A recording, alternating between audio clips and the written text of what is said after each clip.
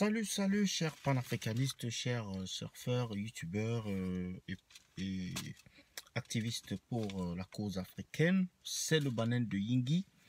Alors, je suis à vous ce soir pour un sujet brûlant, c'est-à-dire c'est la crise anglophone.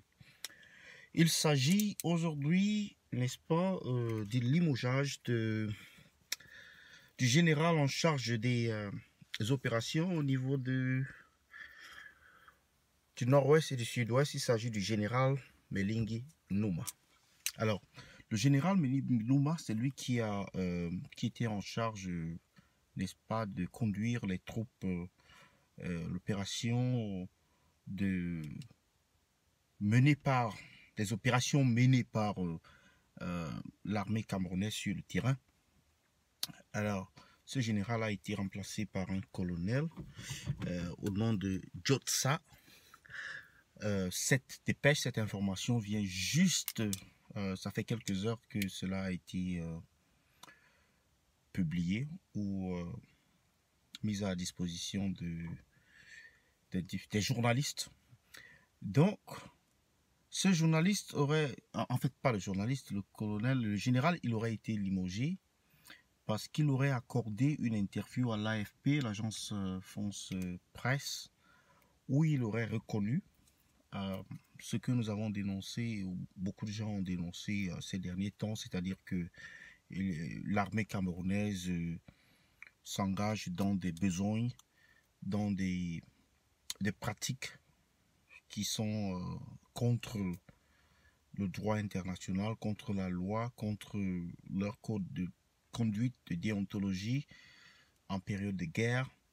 Donc là, il s'agirait des maisons incendiées dont il aurait reconnu la responsabilité de certains de ces éléments, et également l'aspect sur les droits de l'homme, où il aurait aussi eu une opinion qui n'est pas celle partagée par le gouvernement camerounais, qui a toujours nié ou qui a toujours repoussé, qui a toujours rejeté toutes ces accusations du côté des Ambazoniens, en disant que c'est eux qui étaient les auteurs de ces brûlures de maisons, d'édifices publics là-bas, alors que récemment, il y a des vidéos, et justement, c'est ça le problème. Il y a des vidéos qui circulent et qui montrent clairement des éléments qui, vraisemblablement, sont des éléments de l'armée camerounaise en train d'incendier des maisons ou des villages. Et avec les médias, les réseaux sociaux, avec l'accès au téléphone portable, c'est plus aussi compliqué de faire des vidéos de nos jours comme cela l'était il y a 10 ans ou il y a 20 ans. Donc tout le monde peut s'en procurer. Parfois même des vidéos viennent des forces de défense et de sécurité, parfois des hommes en tenue, parfois des ambazoniens ou des personnes sur le terrain, et qui partagent cela à une personne, et après ça se retrouve sur les réseaux sociaux. Et le général sortant aurait également reconnu les difficultés que n'est-ce pas, que l'armée camerounaise rencontre sur les terrains, leur manque de connaissances sur le terrain, ce que j'avais déjà dit bien avant.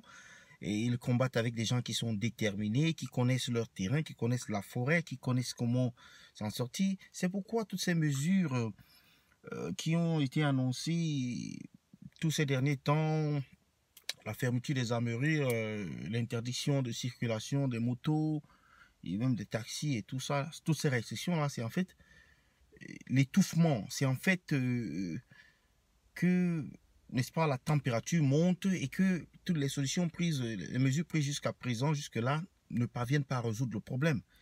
Et donc la crise s'enlise vraiment. Elle a atteint un niveau. Il y a des forces de l'ordre qui sont tuées tout le temps. Il y en a, je pense, 3 qui ont été tués au courant de cette semaine qui vient juste de s'achever. Donc c'est ce que j'aimerais soumettre à votre attention, savoir est-ce que vous pensez que le gouvernement camerounais est sur la bonne voie en ce qui concerne cette crise ambazonienne, ou alors il est temps de changer de cap. Donc c'est ça que je laisse à votre appréciation. Merci, partagez la vidéo, à bientôt, bye.